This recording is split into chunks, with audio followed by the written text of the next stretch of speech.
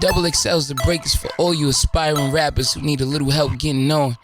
This is the place to get all the info on how to make it in hip-hop from some of the biggest and most experienced names in the game, like me, your dope boy Troy Ave. Pay attention as special guests drop knowledge to help you become a star. This is XXL's The Break Podcast.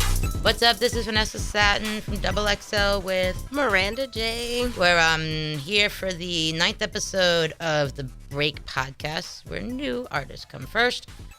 This is what's this? This is your presentation. Why are we doing this one, Miranda? We're doing this because artists really need to, know how to present themselves in any circumstance, whether it's to fans, whether it's to industry people, so we're kind of just getting the rules of the game when it comes to the way you talk to people, the way you look at people, not just us, but record labels, A&Rs, business, brands, anybody that you're going to have a relationship with, other artists. It has to do with networking like we did the last episode, but this is, presentation is how you talk to people, look them in the face, shake their hand, all of that kind of stuff. And we have a star-studded lineup. The famed Kevin Liles, we could do his run-through, Def Jam, 300. Warner, 300, his own management stuff. But everybody knows Kevin Liles is a genius. And we have A$AP Ferg. He had some great stuff to offer. He talked about networking, and now he's talking about presentation.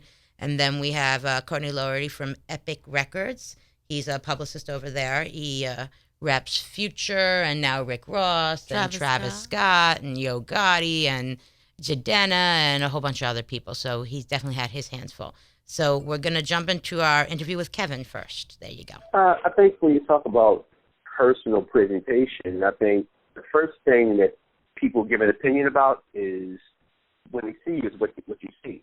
And if they didn't see anything but they hear your music, then it's what they hear. One thing about people, especially I say millennials, they form opinions fast because most of us got ADD. So at the end of the day, your representation, your presentation, should be saying your 5 pillars. Whether I'm a dope MC, I'm honest, I show love, I show respect, but don't fuck me over. Whatever your actual, how to say, 5 pillars that you live your life on, you should set those up. And whenever people see you or hear you, they should know who you are and who they listen to. Some people have distinctive voices. Some people dress a certain kind of way or different color hair. But true superstars, people when they speak, they feel them, and so I think your words should represent your true being, and your true being should represent your words. How important is that for new artists to pay attention to? Some of them, they want to make connections, they just want to get out there, they want to buy the Gucci belt or whatever, and they just want to go. How important is thinking about all of those kind of things going in early on, or when should you start to think about it, if not early? It's all about what you want out of it. Some people want to make a living, just go around and do some shows. Some people want to change culture. Some people want to be iconic. I don't think the reason why everybody does music is the same. Some people's love and passion for it might say, hey, this is a 30-year ride for me. But then other people just might be hustling, hey, I'm just going to get paid. And I think we've seen it happen on all different kinds of levels.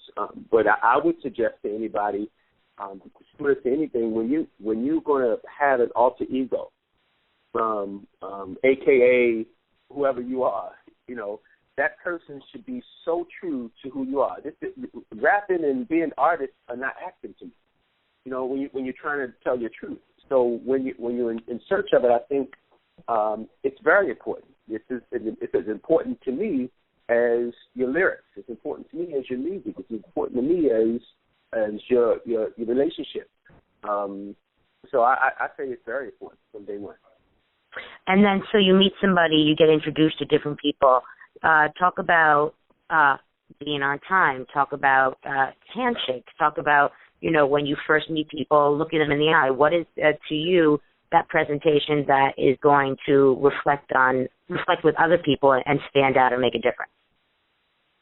Well, it's why you you'll hear McDonald's say ba da ba ba ba, I'm loving it, or while you're here, a Samsung will say the next big thing, or while you'll hear Beats by Dre, or while you're here at Spotify, like these brands, they're big corporations, but you got to look at yourself as a business. And I always, push people to analyze every single thing about who they are, what they are, why they are, every single day. And if a client, or a corporation misleads people, some corporations get lost over the course of time, and then they find themselves, and some don't. And similar to some artists, but it's important that you communicate through every aspect of your life, whether it's a handshake, whether it's your music, whether it's a meeting. Always present yourself in a way. Always present yourself in a way that people feel they're getting the best of you and the most of you. What do you do if you find a struggle, or how do you find the balance between being authentically who you are and stepping out of your shell to feel like you are turning on a personality that you're not, to be more cordial or to be more inviting? How do you still be you, or when do you say, fuck it, this is where I got to go, this is the character I have to turn on? How do you balance your authenticity and turning it on and understanding it's a corporate world and it's a job? Now, if you talk about me personally, you'll get the same Kevin Liles at home that you'll get at work. You'll get the same Kevin Liles in a meeting that you'll get with his mom. I try to be straight to the point, and I tell there's three things that I practice. There's good and bad, right or wrong, and I treat people how I want to be treated. No matter what book you read, no matter what rap you do, no matter what genre of music you're in, you just got to figure out how you want to present yourself and carry it. And I think it's really up to the individual for what they want to portray. But I could speak as from 30 years in the business. I had my first hit when I was 16. I was doing shows, as a young kid. Back then, I just wanted to be the best. Back then, I just wanted to win. But as I matured, it wasn't just about winning; it was how I won also. Right. And a lot of it I learned through sports and through management positions. And of course, I always say I got my bachelor's at Def Jam and my master's at Warner Music Group. Right. Perfect advice. Any last piece of words for new artists on their presentation and who they are to the public and putting themselves out there? Because you're the master. I don't want to say I'm a master, but I will say this: I'm continuously trying to master the craft, and with the evolution of our business, and with it being more and more players in our business, with the pipelines being as big as they are, and with the different amount of consumption going on, I would just say, continue to work on your craft, because at the end of the day, no matter where the music is bought, no matter how the music is consumed, people want the truth, and they want the best music. So tell them your truth and make your best music. Kevin, always informative, usual. Excuse me. So Kevin, always informative as usual. I think main takeaway is people form opinions fast. Yes. And we always hear, people say don't judge a book by its cover, but that's a little bit unrealistic. People, the minute they meet you, are going to have some sort of idea about who you are, and certainly. I think that we got to keep that in mind, is that, as soon as it might not be the right one, you might have to meet someone 4 times to find out that they're nice or who they are, but that still plays a factor. You might not always have 4 times to meet someone. Right. So say, for example, an artist has a meeting and people have to decide if they want to invest in them. You don't have 4 times to meet with them. They might just have that one time. So why mess it up and risk it and be grouchy 3 times and not be nice till the 4th time? Right. Or whatever, He also said that when people see you or hear you, they should know who you are. So they should be familiar off bat from what you sound like, what you look like, if you've got a significant tone, voice, a certain style to you, but that if you're going to be an entertainer, if you're a celebrity, that you should be pretty recognizable off bat, that when they see you, when they hear you, they already know who you are. Mm-hmm. What do you think there? I love that part. And he said, it's not acting to be yourself. I hate when you come across a rapper and it seems like a getup. You know what I mean? Oh, yeah, like they put a costume on, right, like the rapper costume. Exactly. So I love what he said about that. Well, he also says true superstars speak and recognize when they walk in a room. Yep. And, I think that true superstars just carry themselves like superstars, right? Mm-hmm. It almost comes innate for them to figure it out. And if you're going to be an asshole, let it come after all the accomplishments, not before. Right. Kind of feels like, A lot of rappers got that fucked up. It's important to communicate in a presentable way in every aspect of your life. That's a key. It all comes back to is that if you look professional and you can communicate and talk to someone, look them in the eye and give them a firm handshake and make them feel comfortable. They're going to do business with you. They're going to invest with you in some capacity. They're going to pay you to perform at a show. They're going to, want you to be on their song. You've got to convince them that you're a trustworthy character, right? For sure. That's what it comes for. I think Kevin had a lot of interesting stuff. What else did you like? Having to look at yourself as a business. That, a lot of rappers don't get it. They'll just think that it's just about that one song. But, look at yourself as a business. Everything that you're putting together, everything that you're molding, it can be bigger. It can grow into a business. You know what I mean? It's a brand. That's the whole thing is once you become a star, you become a brand, right? You get a logo. Your name is actually written in a certain font a certain way all the time or something, So I think you've got to start thinking yourself as that brand. And then, as a representation, the extension of the brand is what does it look like to the public? You are a brand at this point. So what does that mean? So you're not just acting on behalf of yourself. You're acting as an extension of your brand. A brand extension is a bigger thing than, you just being little old you. And so that comes with success is this bigger way of thinking, bigger way you're going to communicate with people. And basically everything has more of a risk than it did before, right? Right. And those who continually act on impulse and not strategically become tired. Oh, it's boring. It's the same thing over and over again. People also want the truth. They want the best music you can give them and have that be their truth, which comes into just continue to master your craft.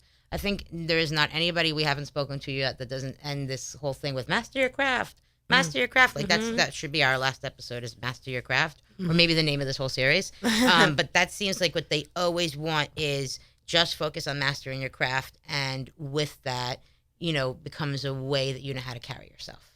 I don't know if I totally believe that, you could be the greatest rapper and not know how to talk to people, and that could be a huge factor with things. Absolutely. So I feel like there is a salesman side of it. Some are better than others. Maybe if you're not even that great of a rapper, you need to be more of a salesman. But no matter what, you still have to continue to master your craft. Mm-hmm. All right, let's check out what Ferg has to say. Have you ever, found yourself caught off guard, that you didn't introduce yourself the right way to someone? You didn't look the part. You didn't keep in mind, maybe how you should have dressed for a thing or how you should have, presented yourself when you talk to someone. Plenty of times I've felt off, because I've had plenty of jobs in the past. And I'll do these interviews and feel like, damn, I lost. But I mastered it. I went from doing these one-on interviews, not getting a job, to doing group interviews and standing out, speaking very, very well and selling myself to these people to where I started getting 3 job offers at a time.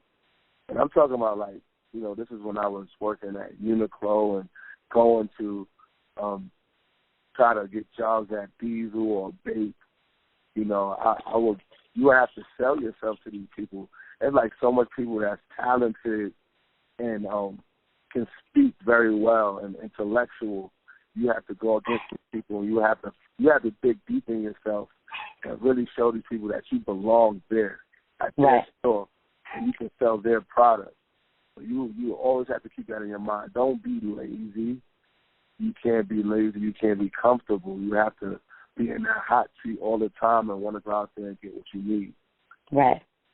Yeah, I mean, so, we'll have artists come in the office and it's, one, they'll be happy. I mean, you're great, in greeting, and you seem like you genuinely want to be there, whether you do or you don't, that you're genuinely excited about the moment you're in. We'll have guys who have their hoods up and can't look you in the face, and, you feel like you've got beef already and nothing even happened. Or you have guys that are just they're ladies, or just too nervous to talk to you. But I think what everybody wants, and we're putting the pressure on you, but as an artist, we expect you to kind of come in the room and lighten up the room a bit, and that's a lot of pressure, but that's still, as the entertainer, we think you're going to come up and lighten everything, you're going to be the center focus, but really that's not always the case, but we're kind of putting that pressure on you, It's not always the case, but at the same time, we are the entertainer, so you don't have a 9 to 5 where it's like after 5, you just chill. Like, we have to be an entertainer when we go out with our families. We have to be an entertainer when we go out and we're eating and a fan comes up and wants to take a picture, whether we're walking in the street. Yes, we're human, and we do have a chill button and we want to chill sometimes, but we don't have the luxury of just chilling like everybody else, because everybody looks at the entertainer like, all right, what is he going to do next? They want to be entertained. Right. That just comes with the job description, whether you're walking in the meeting or not. Like, you have to liven up the room. You have to set a tone, and with me, I recognize that, and naturally I have enthusiasm in me because I know where I came from, and I know that this life, I wouldn't say it's a piece of cake, but it's really, really, really good. You know what I'm saying? Right. Life got very good. Or working a regular 9 to 5, or I could be doing like a real sucky job or have a sucky career, but instead I'm a rapper getting damn near everything that I want. It's a dream. So why not, like, brighten everybody else day up? That's the least I could do. Right. Have you found any challenge for yourself or had to adjust anything, finding yourself in meetings or working with people that you might not normally have crossed paths with? Big brands, advertising people, money people, that maybe working at a 9 to 5 job you might normally have crossed paths with. And how did you find yourself adjust relating and talking with them, or did you not have any challenge at all, or what do you keep in mind? I always have a challenge with brands, like as far as sponsoring my videos and stuff, because I'm so much of an artist and a visionaire that I just want my vision. I don't want anything else to mess with that vision. So, like, if the brand doesn't really match that vision and it's in a video, it kind of bothers me and it makes me cringe. Right. Those are the challenges I usually have, because sometimes it's hard to find, like, money to fund. I like to call them short films, because the guys that shoot my videos with me, they shoot commercials and movies, and, I want to give these people great art. So at another level, at a quality level. And sometimes it's hard to do that because, some whack brands got a lot of money and they want to throw you this money to do what you. It's like, all right, say like, Kodak cameras want to give you like $1 million to shoot a video. Maybe this is a bad scenario, but any brand that's just a whack ass brand want to give you $1 million to shoot a video, and you have to figure out a way to promote their brand within you, right, and please them. Yeah, have nothing to do with your vision. It just kind of like waters down your whole shit. Right. Yeah, I mean, that's a different day, and when we had larger budgets and you didn't need, a lot of those brands. It's 10 years ago you wouldn't have had that. You would have more of you would have a budget for your video. You'd have more of the creative freedom, but the brands got more involved than ever, that you do have the product placement, and then you have that challenge of embracing that brand because they're basically paying you to, even though you might not fuck with that brand, but a brand that you do fuck with isn't giving you that $1 million or whatever. So you got to put a smile on your face and figure out how to figure that out in order to be able to do it again and make money, since you're not making money off of selling records like they used to, right? Yep, and that's definitely a challenge. One of the biggest challenges, and just period with my brand, there's a lot of brands that want to collab with me, that want to give you big advances. I turned down so much, not so much, but I've turned down some opportunities because it doesn't really match my brand. Right, and your brand is a reflection of who you are. Yeah. Exactly, and kids they can tell when it's fake. Like, you know what I'm saying? Yeah. Yeah, and then you have to figure out, well, are you going to damage the relationship or anyway with the actual brand that's trying to do business with you, who's showing that they're a supporter, even though you necessarily might not want to be aligned. You don't want to present yourself as a nasty person, but you have an aesthetic you want to live up to, and that aesthetic for an artist is important. And then if it's a money move, you got to figure out a way. Like, if it's going to do a little damage, you got to figure out how you're going to repair the damage after, how you're going to make the people happy that's been supporting you since day one. Right. Because in all actuality, you need money to keep creating art. I don't care what nobody says. You need to, on a certain level, on a world level, I want my music and my art to reach the world. So, like, I could just be doing, like, art for myself, you know what I'm saying, at a low budget and not really getting my ideas off like that. But that's not what I'm here for. I'm here to share with the world and do it as big as I can. Right. So sometimes you're gonna have to conform a teeny bit. You know what I'm saying? Just to get the bigger picture off later. Right. All right, last question. So, how for you, your physical image as an artist is important. How you present yourself, what you're wearing, from your shoes, your outfits, your jewelry, the way you rock your hair, all of that is part of your physical presentation. How important for that is for you, one, for you to build that out? Did it come naturally? Do you keep conscious of things that have to play in that image and you say, I can't rock this doesn't match what I've created already? How do you deal with that? Because sometimes, who you are laying in your house is not always who that public image is, and sometimes it is. I mean, it's tough as far as the image goes because, especially if you're an artist that just, like me, that just came in the game and, like, I didn't know who I was in hip-hop. Like, and you got to remember, I come from a design background where I'm used to being in the background and designing for people and not really being in the front of the camera. I didn't have to be because I was just designed for other people to wear my creations. I had to find a comfortable place to be in front of that camera, so I was developing in front of people. I was developing in front of the world, which was cool for me because that was who I was. Right. And you just got to find who you are. You got to find who you want to be.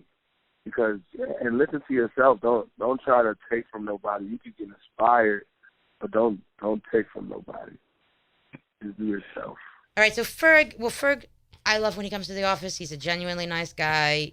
I think that every piece of information he gives as far as networking and presentation go hand in hand with exactly how he carries himself. It's, almost like it is a little bit like the Ferg how-to book. He said, look people in the eye, let people know that you're happy to be around them. I think every time you see that guy, he's smiling at you. He says, I greet everybody and I walk up to them and I shake their hand with both hands.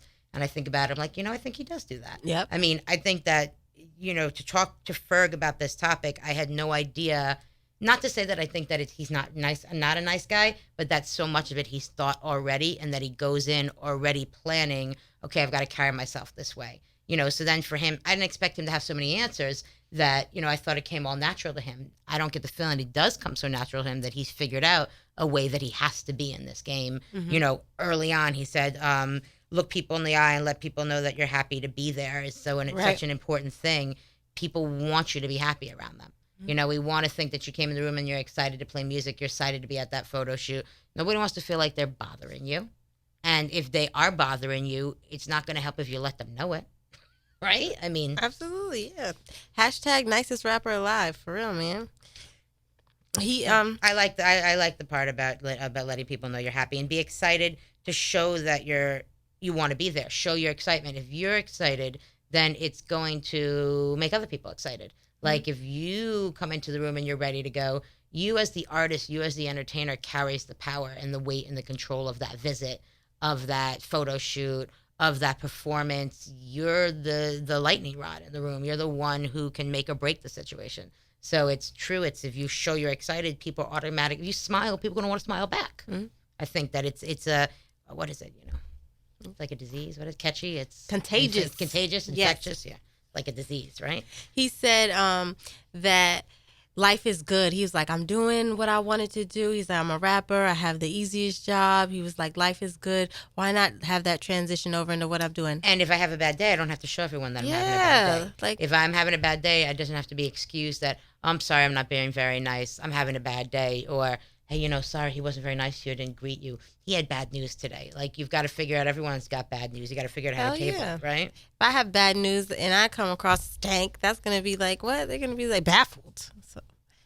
Well, you're the entertainer, not you, but the person's the entertainer, so they expect that person to be above it. You're making a whole bunch of money. Whatever your bad day is, we'll go pay for it and shut up. Yeah. Like, I think that's the way people think, whether that's fair or not. You're rich. You make more money than me. How bad could your day be?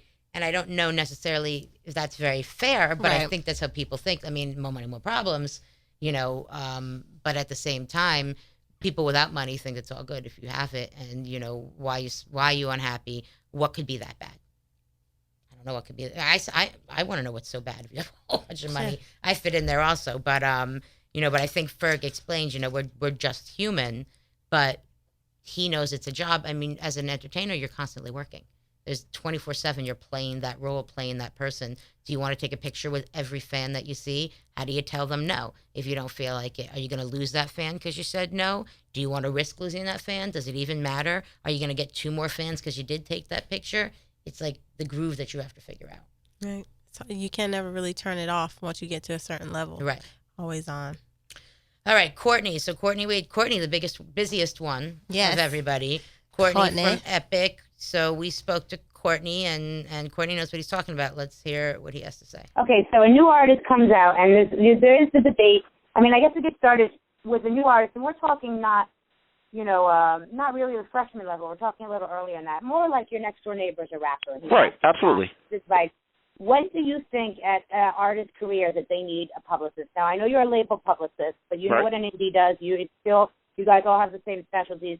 What would you say, when is it an artist should start paying attention to having a publicist, spending money on that? What point in their career? I think first everything kind of starts with the music first. So before you go and seek a publicist to engage different media at large, I think you need to first focus on your music and first focus on your craft. Once you have a body of work that you feel strongly with, then, before you can be the national hero, you need to be the hometown hero.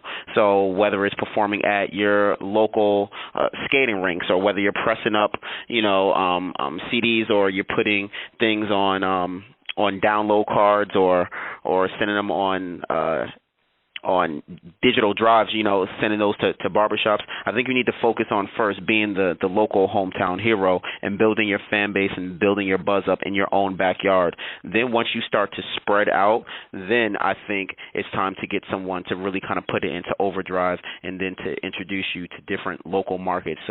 But again, you need to start home, focus on the music, build your fan base at home.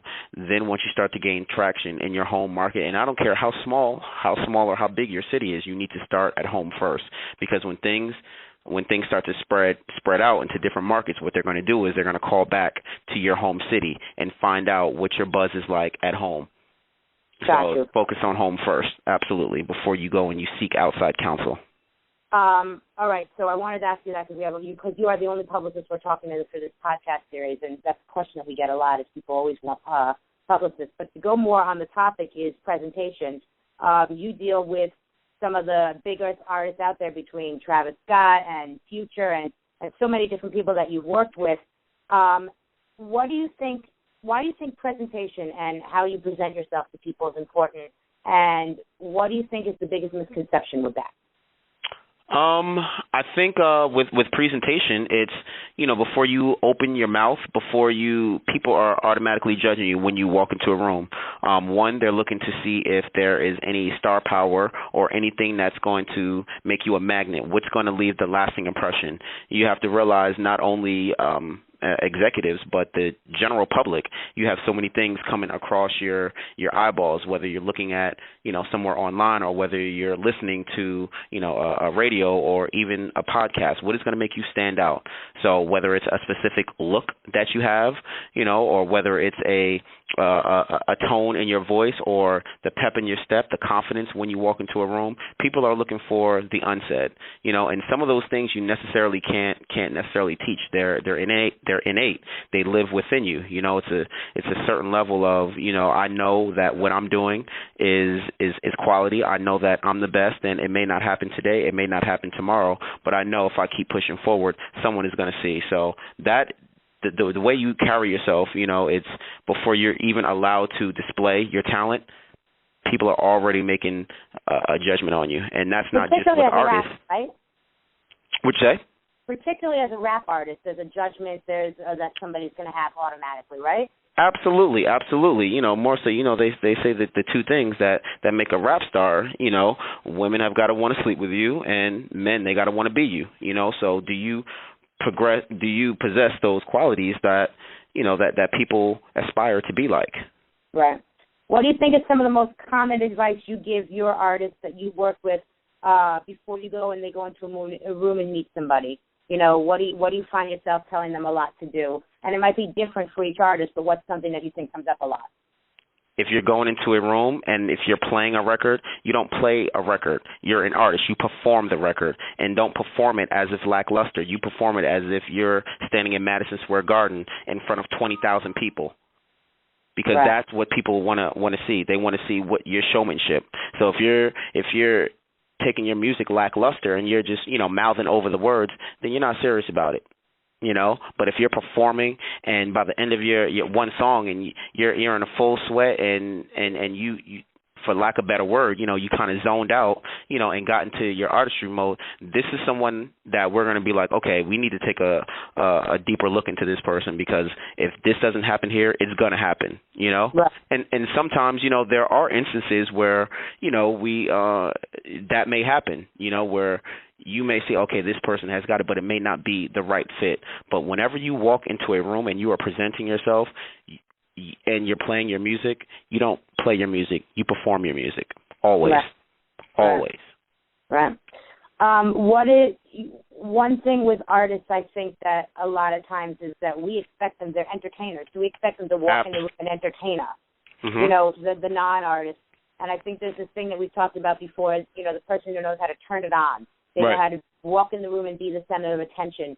Do you think that that's essential? Do you think that that's learned? Do you think that's inherited? And, the artist, to me, should be aware that there's a certain expectation when they walk in the room, purely because they're an entertainer, right? Absolutely, but I think the ones that actually show it, and, some it can be taught, but I think the ones that actually exude it, it's within them. Or they're so hungry and they want it so bad that they are going to treat every single moment like it could be their last. And those are the ones that usually win. You need to take every single moment and every single opportunity like it could be your last.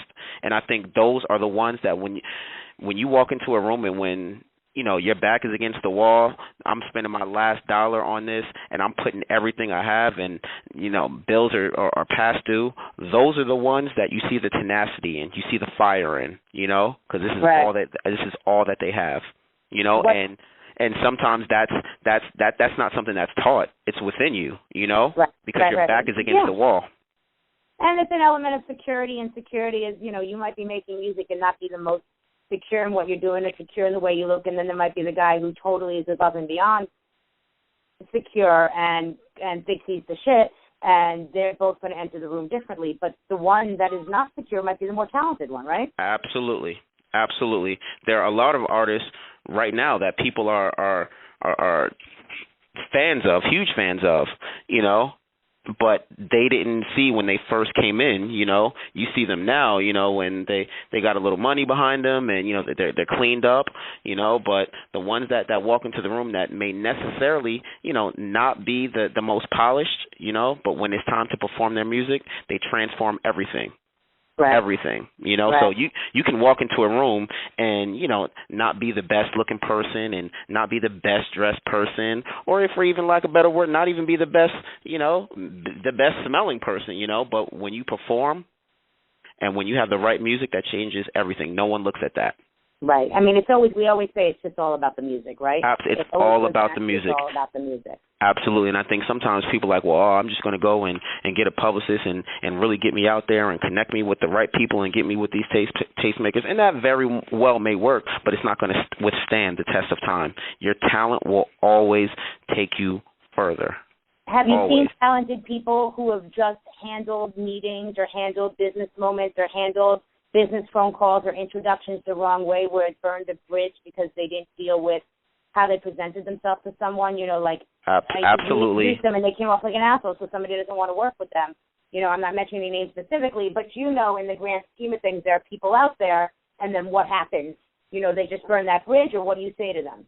I mean, what I say to that is, and what I say to every talent that I work with, this is a business at the end of the day.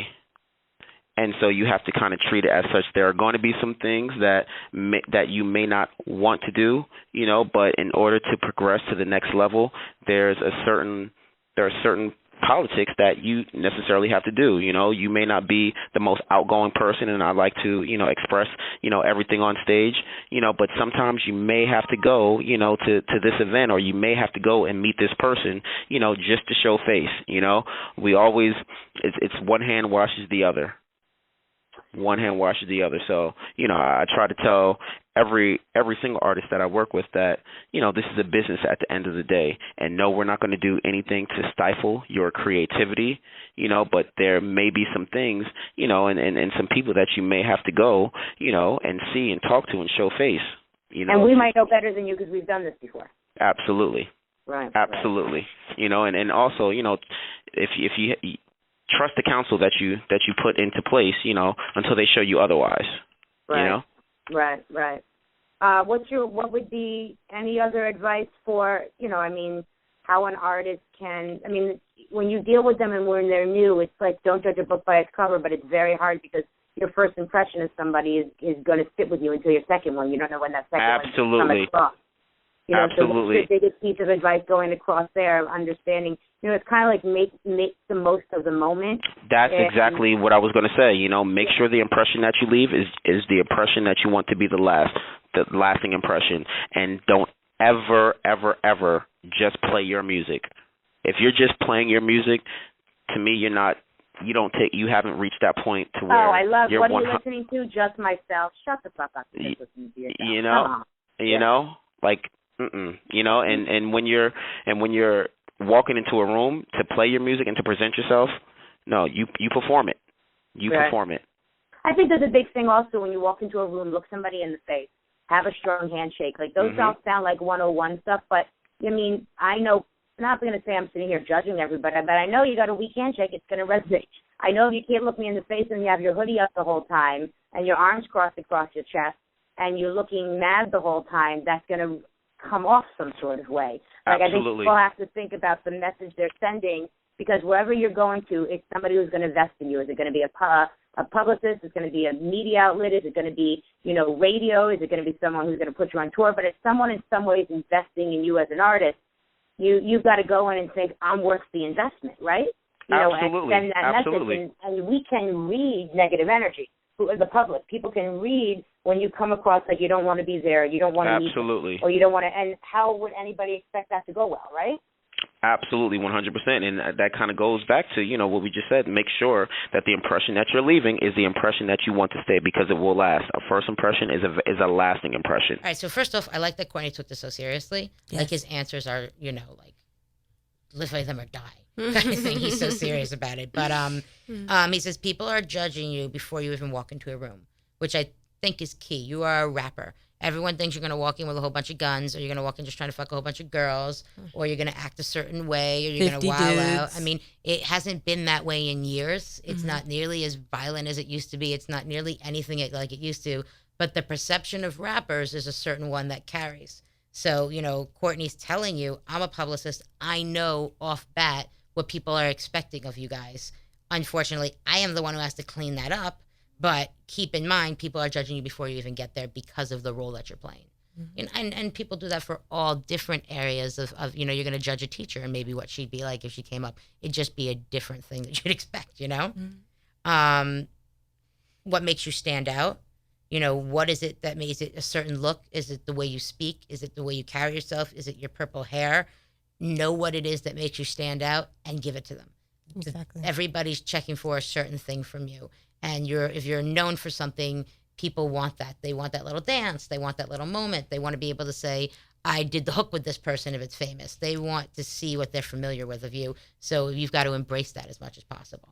Oh, yeah. We get so tired of seeing the same old thing. Like, you know, you always have to have that little spark, that little fire, that little, you know, that little special tick. That and be aware of you. what it is. Yeah. You know, and how to use it. I mean, it's not, you know, you can't just say, hey, I'm cool.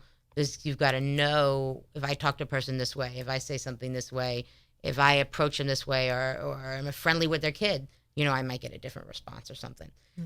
Courtney said something we've said many times is, you know, girls want to fuck them, guys want to have to be them or hang out with them or something. And I think that's it's always been to me a good marker of, you know, they want to fuck them? They want to be with them or hang out with them? Nah. Yeah. Then I don't know how it is. But you do have the guys that are a little bit different and don't fall in any of those lanes and still kind of make their way through. So it's not the total way to do things or judge things, but it is kind of, I think it's kind of true somewhere in there. For sure. I mean, we don't have any really ugly superstars, right? Rap superstars? No, not presently, but there's definitely some old, you know, vets out there that are. Yeah, they might look good in their time. I don't know. New topic. Always perform when you're on, right? So everything is MSG. You know, if you're going to come in, we've had some freshmen come in and mumble their ways through performances. Sit there. You know, we've gone to listening sessions and had people mumble their ways through the listening session. And that comes back to what Ferg said about the excitement. You're excited to be there. You're excited to perform your music. You're excited that, you know, even if you're not, you're pretending you're excited to make other people feel excited about your craft. Hell yeah. And we're so much more in tune when they're performing their record versus just listening to it. Then we like zone out a little bit if we're just listening. But if they're performing for us, we're like totally locked in, you know? There's two ways. You're going to have your phone, and if you're not into it, you're going to sit there and send text messages. If you are into it, you're going to take video for social networking. Right. I would think they'd want you to take social networking video before they'd want you sitting there texting your friends. But, I mean, that's pretty much how it works, right? I like Courtney's line. I think what he said about, if I know more about your music than you do as the publicist, then there's a problem. If I know how to explain your music, explain who you are, explain anything about you better than you do, if I'm more familiar as the publicist than you are, then there's a problem. I think, you know, that's right on the money. Yeah. How can you get anywhere if you can't communicate with yourself and you don't even know how to explain what you're doing? What'd you like? Courtney's just my dog, and he's been in this business for a long time. So I really just like what he said about, like, you know, just taking your craft seriously. A lot of these rappers, you know, you got to just put a lot of thought into who you want to be. You know, you can't just play it up. It's not just a overnight success. You can't just have that one record. You got to put a lot of thought in it. You have to, you know, that impression that you, like, a lot of these people that you're meeting, people wait so long to meet us. So if you do get that hit record, you know, you have to plan this out. You have to be thoughtful, because these impressions that we have from the first time, they're going to last throughout the end of time. You know what I mean? So if you want to, you know, have longevity in this, you definitely have to put a lot of thought into it and, you know, make sure that lasting impression is the right one. Right. What he said was make sure the impression you leave is the one you want to last. Yes. Which, you know, yeah, I mean, I can tell you different artists that have come up here and sat with their hood covered their head. They wouldn't look you in the face. They gave you the worst handshake. They were on their phone the whole time. They were fighting with a girl in the middle of the listening session, whatever it is. And that sits with you more than the music does, because it didn't even seem like they cared about their music. And you want them to care about their content. So I think that it's got to come off like you care about what you're doing, and that comes off in your presentation. I mean, Presentation means opportunities. It means, did you impress this person and they want to invest in you and their brand and make more money and get you a endorsement deal? Does this person that's a bigger manager want to take you on because they see something in you and they like the way you carry yourself and they want to represent you now? The label wants to sign you and they're not sure, and then they meet you and they want to see, and you could barely get a word out and could barely communicate how you're going to be able to sell yourself. So the presentation and how you carry yourself is a big factor. It's vital, in addition to networking and all the other ones, but it stands out on its own because it makes it people decide if they like you or not. They like your music, but they like you as a person, as an artist, and I think that plays a big role. And it's even better when it's all genuine, you know? Yeah, that's a whole different topic. All right, so what is our next topic for episode 10? It's coming up, right? We've got to do, I know we have to keep the bullshit keep the bullshit away. at bay. Yes, that's and a good keep one. the bullshit away. That's, I believe that's the next one. Yes. For us. And we still want you to send in your music. We've been listening to some stuff at XXL at XXLmag.com. So new artists, XXL at XXLmag.com. Otherwise, we're not going to listen to it because that's where we're going to find it. So please send it over there. You don't have to mail in any hard copy discs. You don't have to send it directly to Miranda or myself. We're going to go into the XXL email account to look it up. So new artists, definitely send in what you're working on and let us know what you think of the podcast. We want to know if you got anything out of it or what else you would like to learn. Yes, we appreciate all the love and the listeners out there. We do it for y'all. Miranda does. That's it. All right, we're out. Peace.